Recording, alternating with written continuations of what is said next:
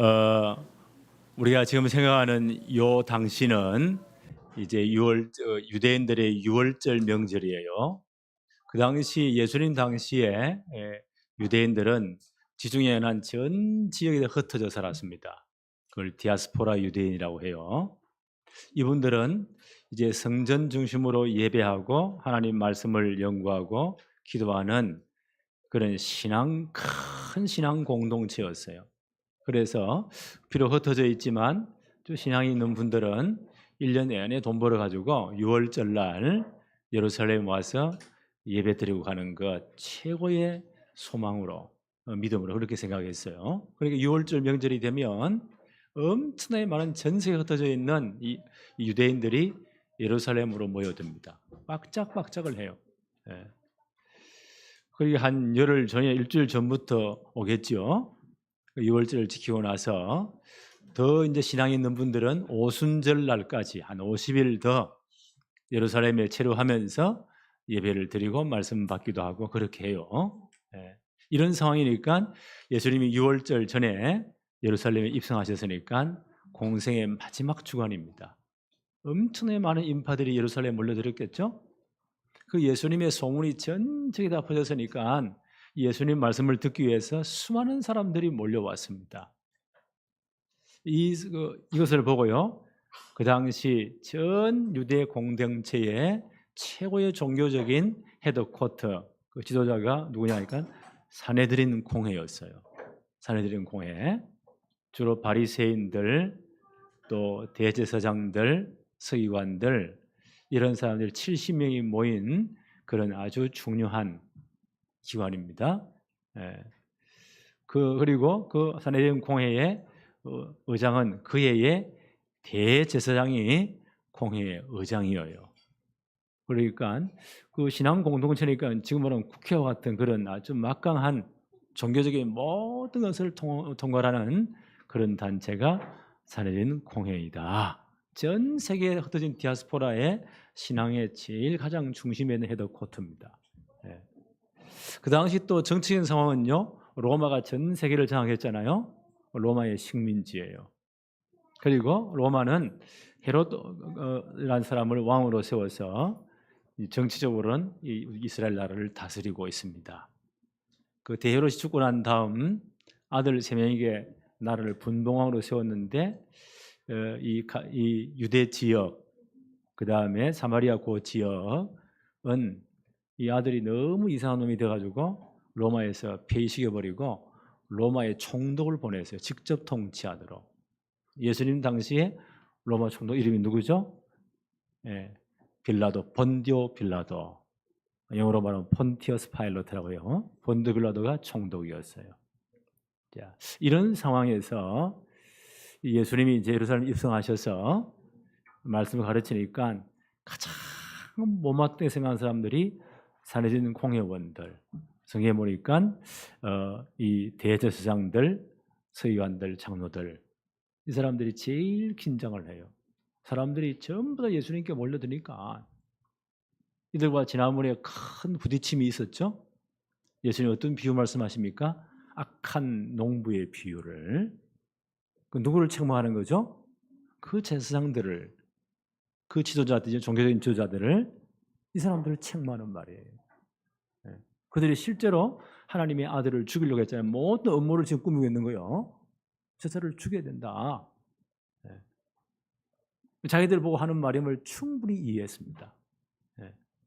그래서요, 당장 저 예수라는 사람을 잡아 죽이고 싶은데 엄청 많은 군중들이 따라오니까 어찌할 길이 없는 거예요. 그래서 오늘 이 말씀을, 본 말씀을 저 사람을 딱 걸어서 로마의 법에 걸어가지고 꼼짝 못하도록 엮어가지고 십자가에 못 박아 죽여야 되겠구나. 그런 아주 간사한 꾀를 세워요. 저 사람들을 보내는 겁니다. 예수님께 아주 곤란한 질문을 해서 딱 넘어뜨리도록. 이런 사단이 전문적이에요. 그래서 사단의 간사한 꾀다. 자, 오늘 본문 말씀 한번 볼까요? 20장 19절에 서기관들과 대제사장들이 예수의 이 비유는 지난번 악한 농부의 비유죠. 누구를 보고 하는 말이라고요? 자기들을 가르쳐 말씀하신 줄을 알고 이들이 다 선자를 거부하고 지금 예수님까지 죽이려고 지금 음모하고 있잖아요. 이렇게 알고 즉시 잡고자 하되 당장 잡아 죽이고 싶지만 그럴 수는 없습니다. 왜요? 백성을 두려워하더라. 엄청 많은 사람들이 몰려왔으니까. 이 사람들이 이제 꾀를 내는 겁니다. 20절 한번 볼까요? 예. 그다음 이 서기관 바리새인들, 서기관들, 대성들을 좀 소개해야 되겠네요. 원래 서기관 이 직분은 바벨론 포로 시기에, 바벨론 포로 시기 알죠? 그때 이들이 바벨론에 다 포로를 잡혀가지고 그들 속에 대각성도 일어나요. 우리가 하나님을 버리고 말씀 보고 이렇게 다 포로로 잡혀왔다. 이제 우리가 말씀을 회복하고 하나님께로 돌아가야 된다. 포로된 그 현장에서 하나님 말씀을 가르치고 율법을 가르치고 한 그 직분이 서기관이었어요. 돌아왔어도요. 포로 돌아왔을 때 사람들은 그 직분이 남아 있었어요. 말씀을 연구하고 말씀을 가르치고 얼마나 좋은 직분이에요. 이 사람들 가운데 예수님 당시에서는요. 세상이 참 너무너무 약하다. 다 미쳐 돌아가니 우리는 하나님 말씀대로 살아야 돼. 우리는 세상과 분리된 사람이야. 라고 하는 신앙을 가진 사람들이 바리새인들이었어요. 굉장히 좋은 의미의 출발을 했어요. 그 나중에 이 사람들이요. 우리만 하나님을 제일 잘 섬겨. 우리만 율법을 제일 잘 지켜. 다른 건 참 다 가짜야. 이게 이제 문제란 말이에요. 이런 사람들이 전 대중을 파고 들어가서 큰 종파를 이루었어요. 예. 사람들이 많이 존경을 받고요.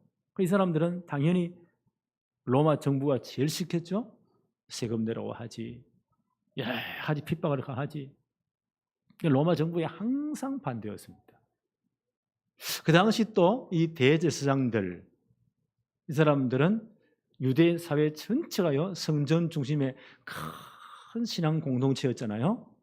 그게 제사장들에게 얼마나 권세가 있습니까? 로마 정부에서도요 식민지로 부리지만 정치적인 문제는 왕을 세우고 총독을 보내 간섭했지 종교적인 문제는 이들에게 다 맡겼어요. 이거 건드리지 않았어요. 그러니까 예루살렘 성전에 보세요. 1년에 한 번씩 전 디아스포라 된 유대인들이 와서 예배 드리잖아요. 헌금 다 해야 돼요. 예루살렘 성전은 엄청난 돈이 넘쳤습니다. 이분들이 다 이 실권을 잡고 있는 거예요. 그러니까 로마 정부가 아주 알고요. 그런 제사장들을 딱 손에 잡은 겁니다. 그래서 제사장들을 세울 때 하나님이 세워야 돼요. 그런데 로마 정부가 이 모든 간섭을 다 해. 이 사람들은요 아주 친로마적이겠죠. 그 사두개파였어요.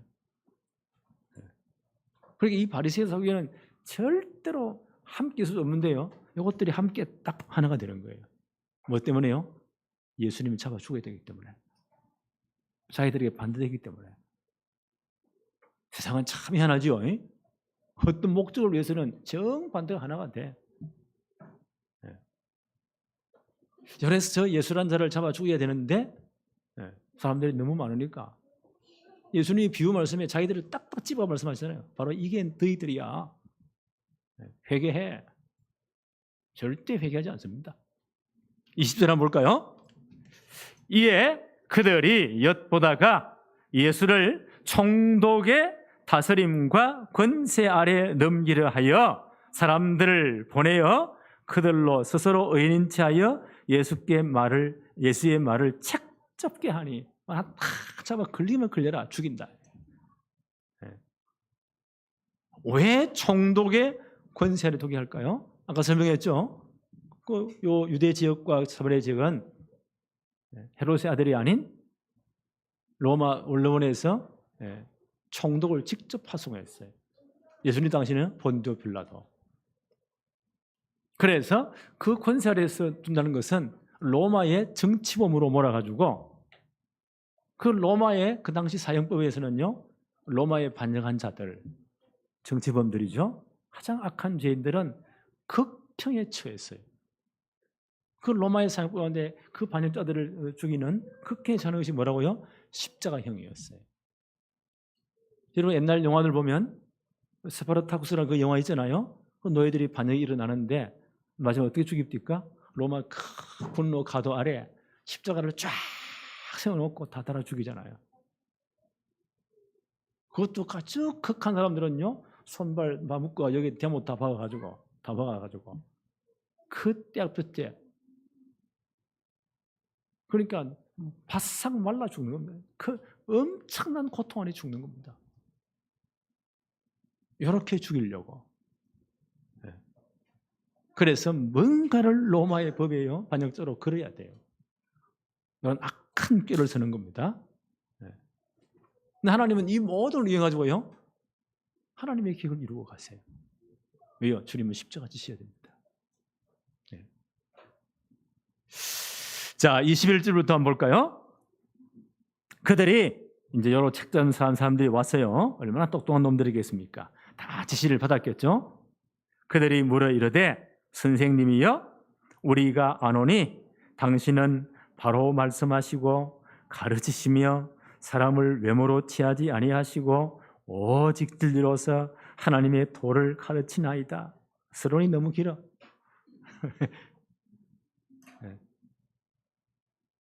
이렇게 자기를 의인인 취하려고.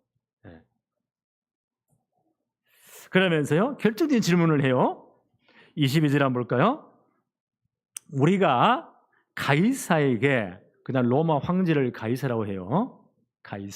가이사에게 세를 바치는 것이 옳으니까 옳지 않으니까 하니. 아주 이상한 질문을 합니다. 딱 걸 수 있는 질문이에요. 그 당시 로마가 전 지경을 다 지배하고 있었잖아요. 그래서 엄청난 군사를 가지고 지중해 난 전체는 풍부하기 때문에 해적대가 엄청 많아요. 로마 군인을 보내가지고 이것들 다 소탕하고 전 지역의 군노를 다 깔아가지고 군사를 통치를 하면서 내가 이 힘에 의한 평화를 지켜줬으니까 너희 각 식민 나라는 세금 열심히 내. 세금 안 내니 이거는요 로마의 반역이에요. 미국에 가만 보니까요, 다른 죄인들은 대충 되는데 세금 때문에 오면 끝까지 추적을 해요. 그 엄청난 나라를 움직이려고 하니까 이 대국들은 그렇구나. 로마도 마찬가지예요. 그 철저히 세금을 받았어요. 예수님 탄생할 당시에 그때 로마 황제가 가이사 아우구스투스예요.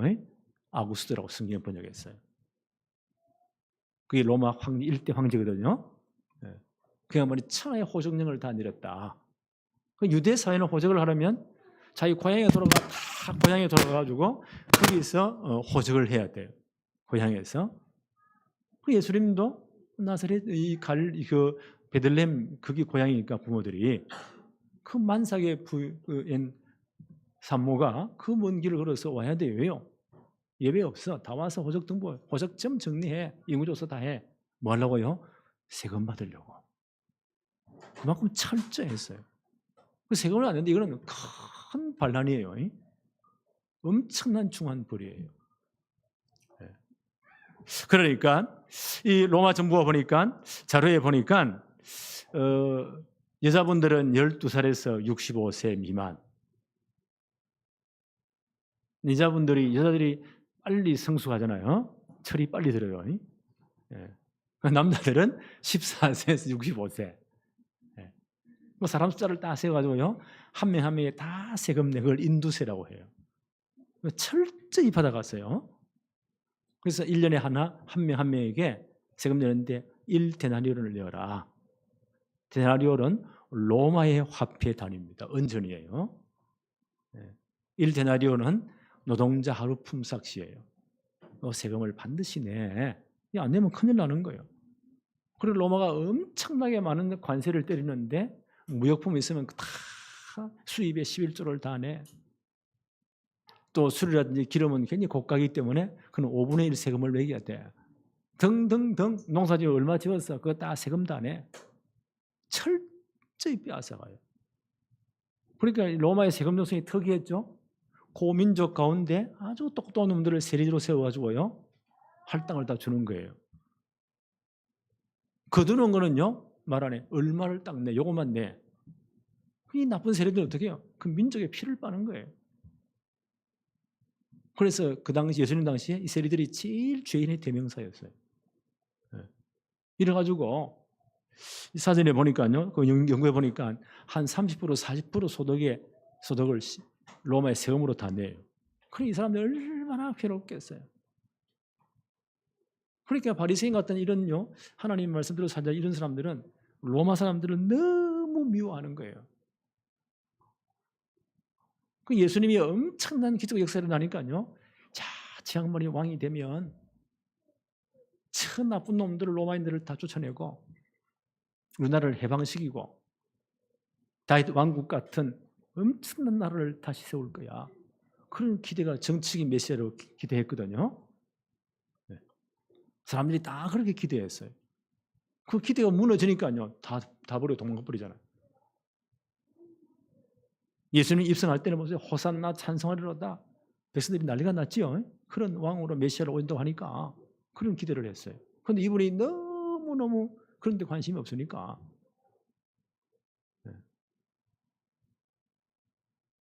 그 사람들 나중에는요, 획 돌아서 가지고요, 저 사람을 십자가에 못 박으세요 하고 고함을 지르는 거예요.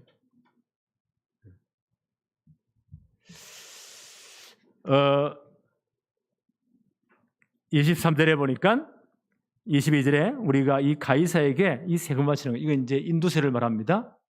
가장 중요한 세금이에요. 로마 이걸 안 냈다 로마는 큰일 나는 거예요. 뭐가 다 죽이는 거예요. 내는 것이 옳으니까 옳지 않습니까? 자, 이게 이제 묘한 질문이죠. 23절에 보니까요, 예수께서 그들의 간계를, 이 간사한 계획을, 이 사단이 보세요. 하와를 넘어뜨릴 때 간사한 관계로 하와를 넘어뜨리잖아요. 그 말이에요. 고린도후서 11장 14절 15절에 보니까 사단도 어떻게 한다고요? 자기를 광명의 천사로 가장을 한대요. 여러 가지 악한 꾀를 선단 말이에요. 여러분들이 예수님을 무너뜨리기 위해서 보세요. 얼마나 많은 꾀를 썼는지, 사단이 얼마나 도와줬겠어요. 도무지 빠져나갈 수 없는 질문을 딱 하는 거예요. 그 당시 유대 사회는요, 반으로 갈려져 있는 거예요. 대다수 많은 국민들이나 이 바리새인 같이 잘난 사람들은요, 반 로마. 저도 쫓아내야 돼. 왜 우리가 세금을 내? 또 이 대제사장 같은요, 사례된 공회에서 이런 사람들은, 성전 중심으로 이득을 취하는 사람들은요, 친로마. 헤로드 왕가들은요, 친로마. 로마에 잘 보여야 되니까. 이런 극단적인 대립이 있어요. 식민지 나라를 경험한 사람들은 다 이런 갈등이 있어요. 우리나라도 마찬가지잖아요. 그래서 정치인들이 제일 선동을 잘하는 게 어디요? 반일, 친일, 이 감정 가지고 막 붙이는 겁니다. 그럼 우리는 그 영적 사실을 그 배우를 잘 봐야 돼요. 진짜 목적이 뭘까? 더 친미해야 된다, 반미해야 된다. 이건 약한 나라들의 특징이에요. 어쩔 수 없어요. 옛날에 지금이나 다 똑같아요, 역사는. 그러니까 이런 극단적인 대립이 있어요. 그래서 로마를 신앙사에 더 많아. 그걸 딱 알고 보세요. 이 사람들이 딱 질문하는 거예요. 예수님, 가이사에게, 로마 황제에게, 로마 정부에 세금을 내는 것이 옳으니까 옳지 않습니까? 예스, 노 답하세요. 만약에 옳다라면요, 그 당시 바리새인을 비롯한 그 많은 군중들은 로마를 싫어하잖아요. 전 군중이 불타치라 예수님 돌멩이 쳐 죽일 거예요. 만약 내지 마 이러면요, 사두개인들이나 이 사람들이요, 헤롯 당원들이 봐라, 로마 정부에 정식으로 반영을 했다. 이건 십자가형에 채 죽여야 돼요. 당장 누구요? 본트 빌라도에다 고발해가지고는 가장 극형으로 죽여야 된다고 이렇게 말을 할 거예요. 아주 난처한 질문이죠. 이 심각한 질문이에요. 나 이거 보면서요, 이 사단에 인도받는 것들은 사람을 죽이는데, 사람을 곤란하게 만드는데, 사람을 파멸시키는데 여기에 전문가들이구나. 꼼짝없이 당하던 질문을 Yes, 아니면 No. 대답하세요. 압력을 넣는 거예요.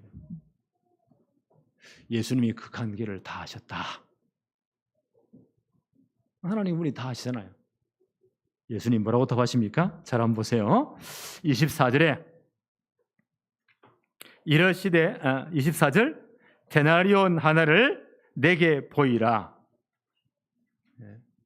마태복음 22장 19절에 보니까 세금 낼 돈을 내게 보여라. 마태는 그렇게 요 장면을 기록했어요. 그 당시 데나리온을 가지고 로마에 세금을 내잖아요. 로마 화폐예요. 그 세금 낼 돈을 내게 보여라. 누구의 형상과 글이 여기에 있느냐? 그 데나리온이라는 언저리는 앞에는 뭐요? 로마 황제의 형상이 딱 새겨져 있어요. 거기에 글이 하나 그려져 있어요. 신의 아들 디베리오스 가이사. 그 당시 로마의 2대 황제가 디베리오스 황제예요. 그래서 걔는 디베리오예요. 디베리오. 갈릴리 바다를 뭐요? 그 황제를 너무 존경하고 좋아한다고 해가지고요. 디베리오 바다라 그랬잖아요. 아부한다고. 그때 예수님 당시 그 당시에 로마 황제가 디베리오 가이사예요. 가이사는 황제의 명칭이에요. 이게 지금 남아 있잖아요. 독일은 뭐요? 짜르로 가잖아요. 러시아는 짜르, 그죠? 황제라 뜻이에요. 독일은 뭐요? 카이저. 영어로 뭐요? 시저. 같은 말이에요. 로마 황제라는 거예요. 그 동전의 앞면에다가 디베리오스 황제의 형상을 새겨놓고는 거기 글을 써놨어요. 라틴어로, 로마 말로. 신의 아들 디베리오스 가이사. 가이사는 신이란 거예요. 신의 아들 디베리오스 가이사 황제. 그 뒷면에는 글을 써놨는데 신의 대리인 황제가 평화를 내린다. 황제가 평화를 준다. 전 로마 식민지 안에 군인들을 보내가지고요 평화를 유지하면서 희미한 평화죠. 그걸 팍스 로마나라고 해요. 그러면서 세금 다 내놔. 황제는 신이야. 그렇게 화편에 딱 그려져 있어요. 예수님이 그 세금 낼 돈 한번 가져와봐. 자기 주머니에 싹 꺼냈어요. 질문한 사람들이. 예수님 묻습니다. 그 화폐에 누구의 형상과 누구의 글이 적혀있느냐? 예수님 뭐라고 답하죠? 가이사의 것입니다. 황제의 것이니이다. 라고 답을 해요. 이 사람들은 그 돈을 늘 가지고 다녔다는 거거든요. 근데 유대인들 가운데 많은 사람들은 이 돈을 싫어했어요. 왜요? 출애굽기 20장 4절에 보니까 너희는 어떤 형상의 우상 만들지 말아라. 하늘에 있는 것, 땅에 있는 것이나 어떤 형상이든지 만들지 말아라.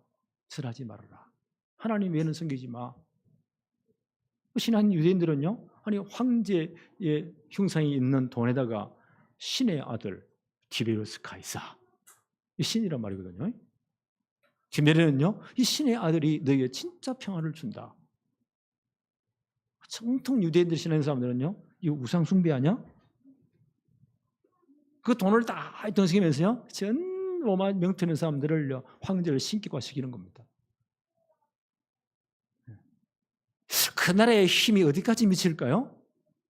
제일 정확한 거는 그 나라 돈이 어디서 서 있느냐, 어디까지 서 있느냐. 그게 그 나라의 국력이에요, 힘이에요. 우리 한국 돈은 어디서 쓸까요? 우리나라 내에서는 다 받아줘요. 딴 나라 가지고 두면요, 이게 뭐냐랍니다. 우리나라 영역 힘이 못 미치는 거예요. 미국이 왜 힘이 있냐? 미국 돈은요, 전 세계에서 달러를 제일 좋아해요. 이 양키들 물러가라고 때려 죽인다고 미사일 쏘대는 북한에서도 북한 돈보다 달러가 더 좋아한대요. 어떤 사람들은 엄청난 돈을 모아놓고요, 만약 북한 무너지면 튀려고. 그만큼 미국이 힘이 있다는 거거든요. 이 당시 로마 화폐가 전 세계를 장악하면서 세금 내는 돈을 이렇게 해주니까 로마 황제를 우상화시키는 거예요. 그 유대인들 가운데 지내는 사람들은요, 그 돈 나 싫어. 그걸 주머니에 가지고 다니는 조차도 너무 싫어했습니다. 우상숭배를 여기니까. 그걸 가지고 세금 내는 것은요, 우리가 로마의 식민지라는 것을 상징하는 거예요. 그것도 싫어. 그러니까 이 사회 전체 분위기가 어떨까요? 로마에 대한 저항 운동, 세금 안 내기 운동이 막 벌어지는 겁니다. 이것 때문에 막 반란이 일어나는 거죠. 그 반란 때문에 로마는 어떻게 할까요? 그 로마의 강한 군인들을 보내가지고 박살내는 겁니다. 그 주동자는 반드시 잡아다가요, 어떻게 한다고요? 십자가에 못 박아주고요. 다 바라고 요래 죽는다. 극중에 처하는 거예요.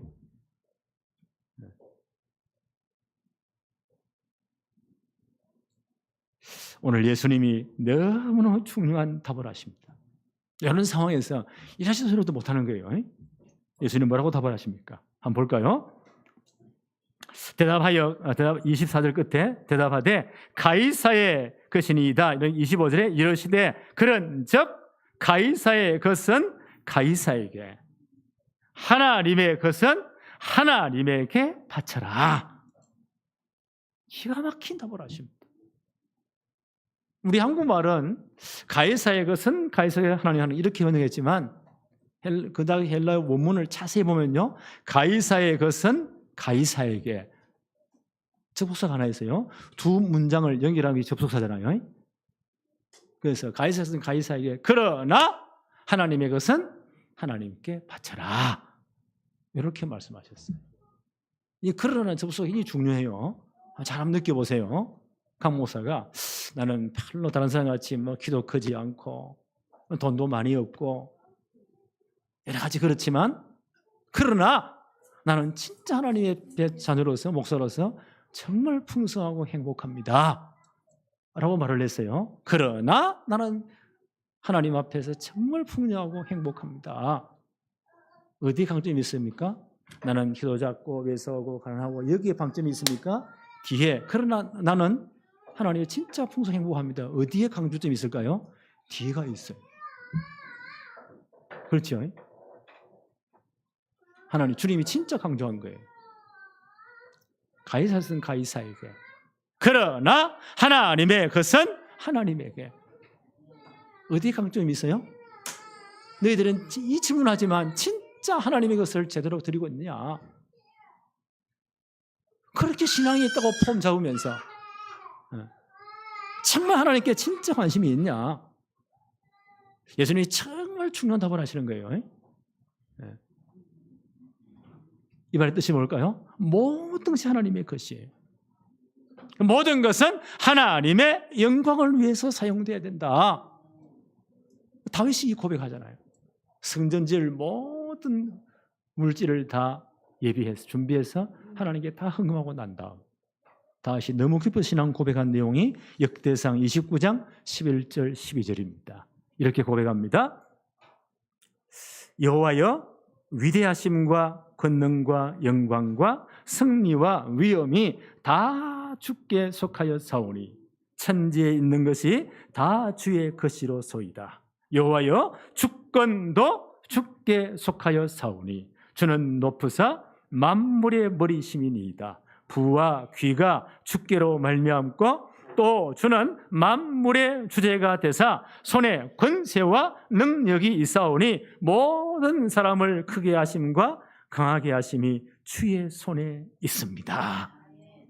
역대상 29장 14절에는 나와 내 백성이 무엇이기에 이처럼 즐거운 마음으로 드릴 힘이 있었나이까? 모든 것이 주께로 말미암아 사오니 우리가 주의 손에서 받은 것으로 주께 드렸을 뿐입니다. 하나님의 것은 하나님에게. 무슨 뜻일까요? 모든 것이 하나님의 것이다. 그래서 하나님의 영광을 위해서 사용돼야 된다. 예수님 이 말을 하고 싶은 거예요. 그들의 신앙에 딱 취약한 부분을 딱 지적하시는 거예요. 그러면서 아까 예수님 물으시잖아요. 누구의 형상과 누구의 글이냐?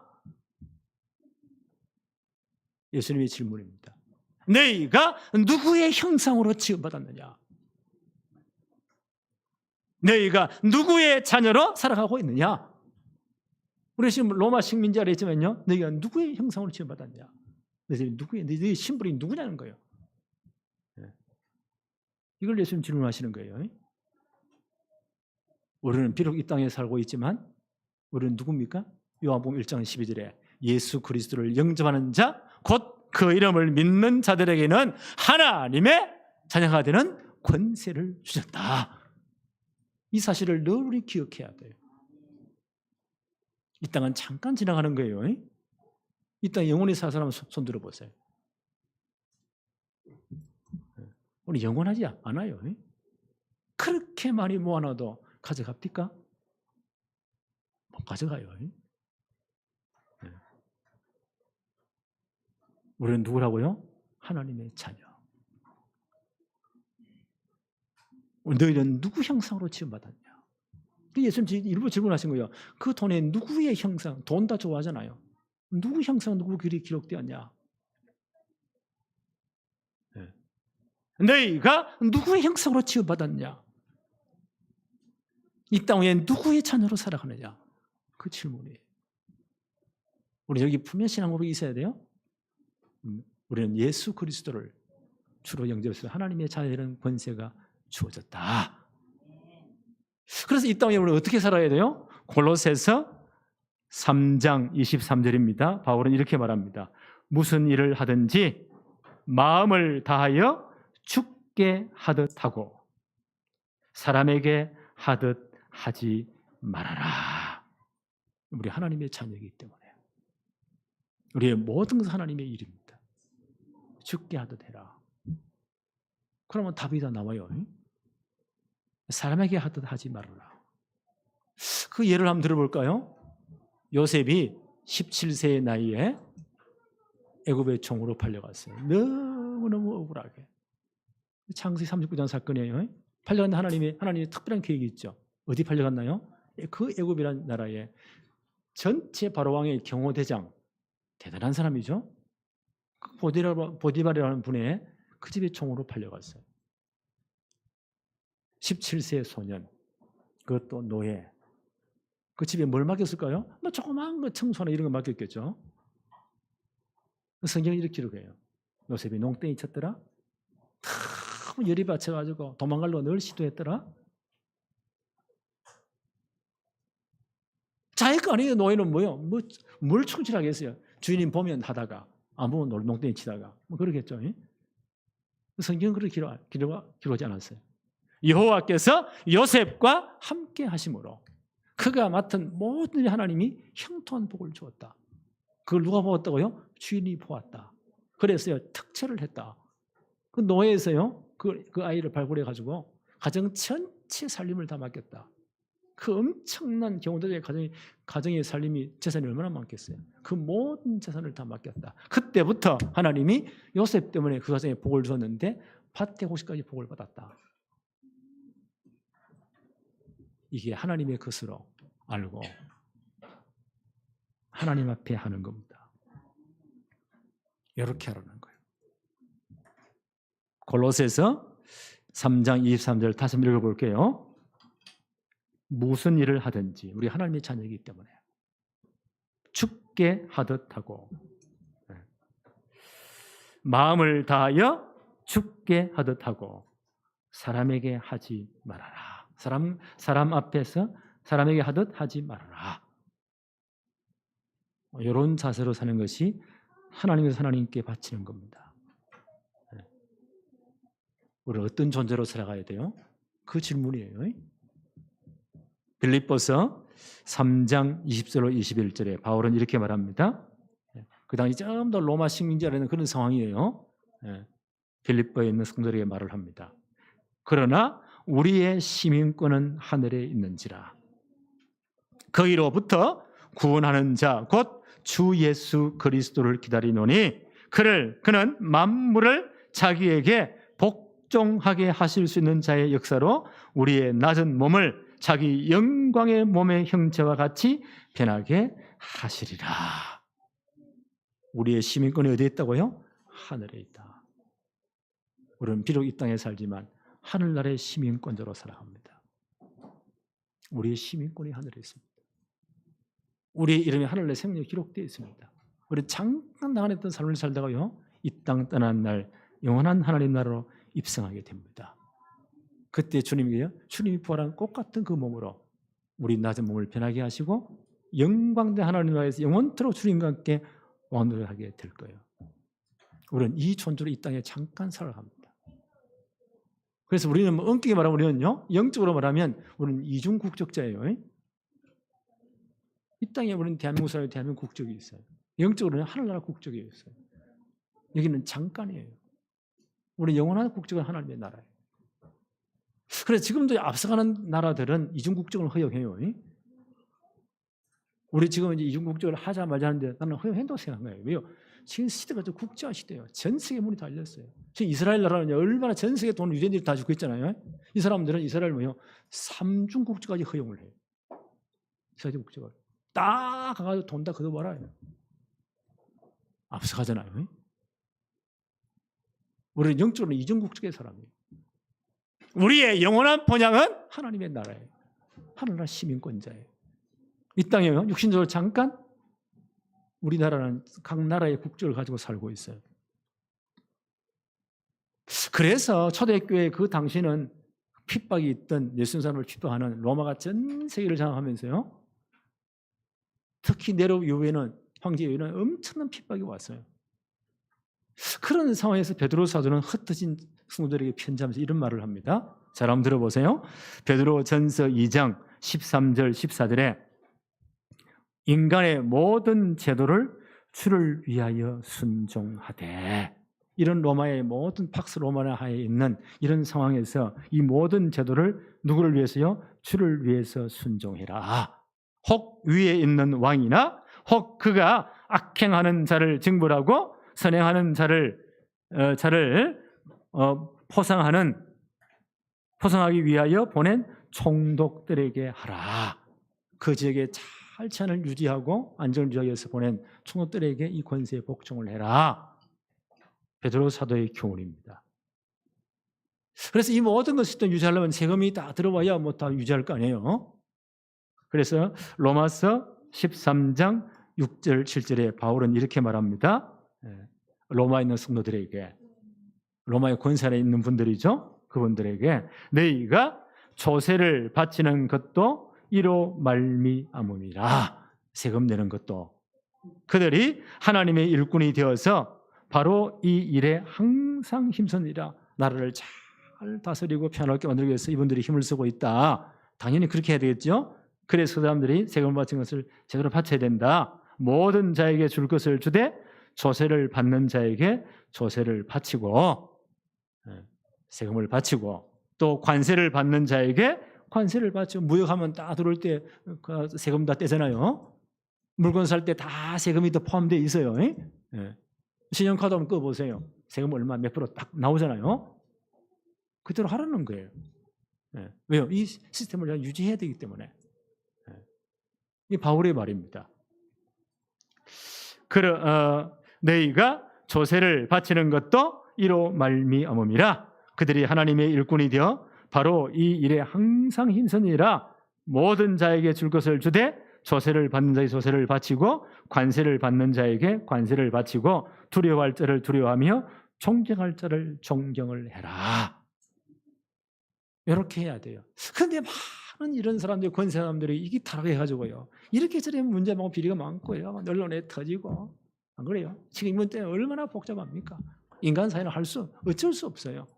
그래서 우리 기도해야 돼요. 디모데 전서 2장 1절로 2절에 그러므로 내가 첫째로 권하노니 모든 사람을 위하여 간구와 기도와 도고와 감사를 하되 특히 임금들과 높은 지위에 있는 모든 사람을 위하여 하라. 이는 우리가 경건함과 단정함으로 고요하고 평안한 생활을 하려 함이라. 특별히 임금들과 높은 지위에 있는 분, 권세들을 기도하라는 거예요. 그들이 이상한 또라이가 되어버리면 시대가 진짜 복잡해요. 백성들이 고달퍼져. 그래서 우리 정권을 기도해야 돼요. 왜요? 우리가 이 땅에 잠깐 살아야 되기 때문에. 그렇잖아요. 우리 이 땅 시민권자이기 때문에 그들 특별히 왕들을 위해서 여러 가지 권사들을 위해서 너희들은 특별히 기도해야 된다. 우리가 신앙생활을 제대로 하기 위해서 우리가 고요하고 평안한 생활을 하기 위해서 기도해야 된다. 나라를 진짜 기도해 주세요. 정말 기도해야 됩니다. 네. 이게 성경의 가르침이에요. 자, 이런 주님의 여러 가지 이제 내용이 이제 여기에 딸려 있는 겁니다. 자, 이 말을 듣고 악한 질문한 것들이요 할 말이 없잖아요. 24절 한번 볼까요? 26절에 그들이 예수님의 딱 걸기에 온 요 사람들이요 백성 앞에서 그의 말을 능히 책잡지 못하고 책잡을 것이 없잖아요. 못하고 그의 대답을 놀랍게 여겨 침묵하니라. 입을 딱 다물어 버렸어요. 예수님이 또 통쾌히 승리하셨죠.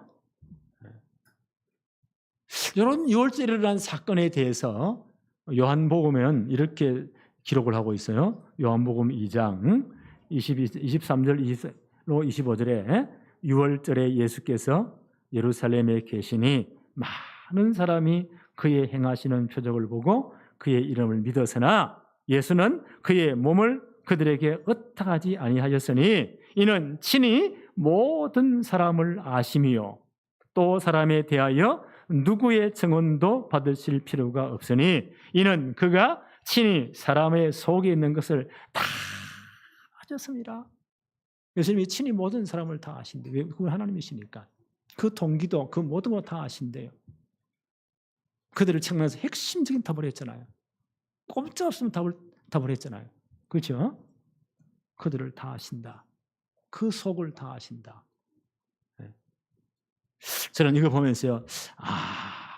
이런 지혜가 우리에게 필요하구나.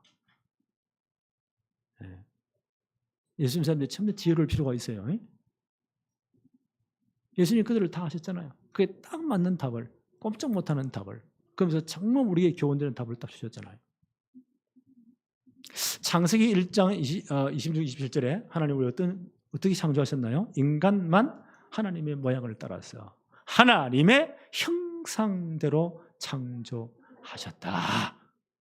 우리 하나님의 형상이에요. 그러니까 우리 안에 뭐요? 원래 하나님의 지혜와 하나님의 지식과 하나님의 능력과 어마한 것이 우리에게 다 들어있어요. 이게 인간이 타락함으로 다 뺏겼거든요. 근데 하나님의 형상은 아직 남아있어요. 그 인간의 그 지혜를 사용해가지고 발전해가지고 이 과학이 얼마나 어디까지 갈지 몰라. 우리 하나님의 형상이기 때문에. 그렇잖아요. 이 타락한 사단이 또 엄청난 능력이 있잖아요. 여기 역사하니까 네피림으로서 귀에 충만한 것들을 보세요. 악한 것도 또 끝이 없어. 이게 사람이에요. 우리의 하나님의 형상이 있습니다. 그걸 영어로 이미지라고 해요. 하나님의 형상, 이미지. 얼마큼 지혜 있냐.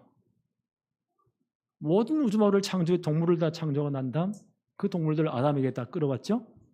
아담이 딱 보는 순간 알았어요. 요거는 사자, 요거는 호랑이, 요거는 코끼리, 요거는 기린 등등등등 그 이름이 다 됐다는 거예요. 직관적으로 다 달았다는 거예요. 굉장히 지혜와 그 지식이 무한해요. 그 하나님의 이미지로 우리를 창조했다는 거예요. 그래서 유모사의 메시지 가운데 렘넌트들아 너희들은 하나님의 형상의 이미지의 망대를 세워야 된다. 그 메시지 나왔죠? 네. 본문에서 우리가 CVDIP 가운데 이미지예요. 하나님의 형상대로. 그 하나님의 능력과 축복이 우리 속에 있다는 거예요. 그걸 기도로 뭐요? 진짜 누리고 그 지혜를 받아라는 거예요. 그래서 이번에 나온 메시지 가운데 하나님의 형상의 이미지의 망대를 세워라. 그 말이에요. 하나님의 형상, 그 엄청난 지혜 지식이 있으니까 큰 능력을 진짜 받도록 지혜를 받도록 진짜 기도해라는 거예요. 렘넌트는 이 지혜와 지식, 이 하나님의 은혜가 있어야만이 제대로 승리할 수 있다는 거예요. 그래서 정말 기도하라는 거예요. 그래야 한 시대를 장악할 수가 있어요. 그 전도자는 이렇게 선포하죠. 앞으로 우리 다락방의 렘넌트들은 2030년에 2080년까지 50년 사이죠. 앞으로 몇 년 안 남았어요. 그때 되면 하여튼 이 사회는 엄청난 변화가 있을 거예요. 미래학자들은 앞으로 몇 년 뒤에는 어마어마한 변화가 있을 것이다. 그러니까 어떤 말가 나오냐, 메타버스라는 말도 나왔어요. 메타는 뭐요? 초월한다는 거예요. 버스는 유니버스, 초월 세계. 이 현실인지 가상인지 모를 정도로. 요즘 인터넷 속도 얼마나 빠른지 5G가 나왔어요. 뭐부터 볼까? 아예 거의 차이가 없대. 얼마나 빠른지. 돈도 이제 이런 거 쓰지 말자. 가상화폐 쓰자. 안에 전부 다. 희한한 시대가 올 것이다, 앞으로. 자, 그렇게 되면요. 또 다른 한편에 육신이에요. 희한하죠. 아니, 과학이 발전되고 의학이 발전되면 병이 없어야 될 거 아니에요. 그렇잖아요. 이렇게 병원이 많고 의술이 발전하고 과학이 발전하고 어떠합니까? 그렇게 병원도 발전되는데 병은 더 많아져요. 희한하죠. 인간이래 그런 거예요. 한 면이 발전, 한 면에 또 마이너스가 있어요.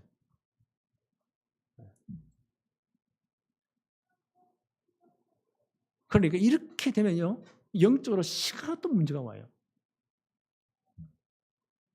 앞으로 그런 시대가 와요.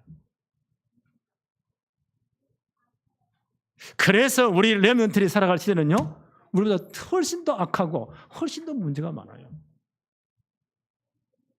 이런 시대의 주역으로 우리 렘넌트를 제대로 키워야 된다. 그러려면 진짜 하나님 아는 지식이 있어야 돼. 제대로 복음이 딱 들어가야 돼. 그래야 우리 온전한 사람으로 만들어요. 앞으로 거의 다 비정상 다 될 것이다. 앞으로 정신과 병원은 점점 더 잘 될 거예요. 앞으로 상담실은 더 잘 돼요. 다 돌기 때문에, 문제 오기 때문에. 이분들이 뭐라, 인간은 절대 안 변한다. 조금 말 듣고 기분 좋아질 뿐이지 안 된다.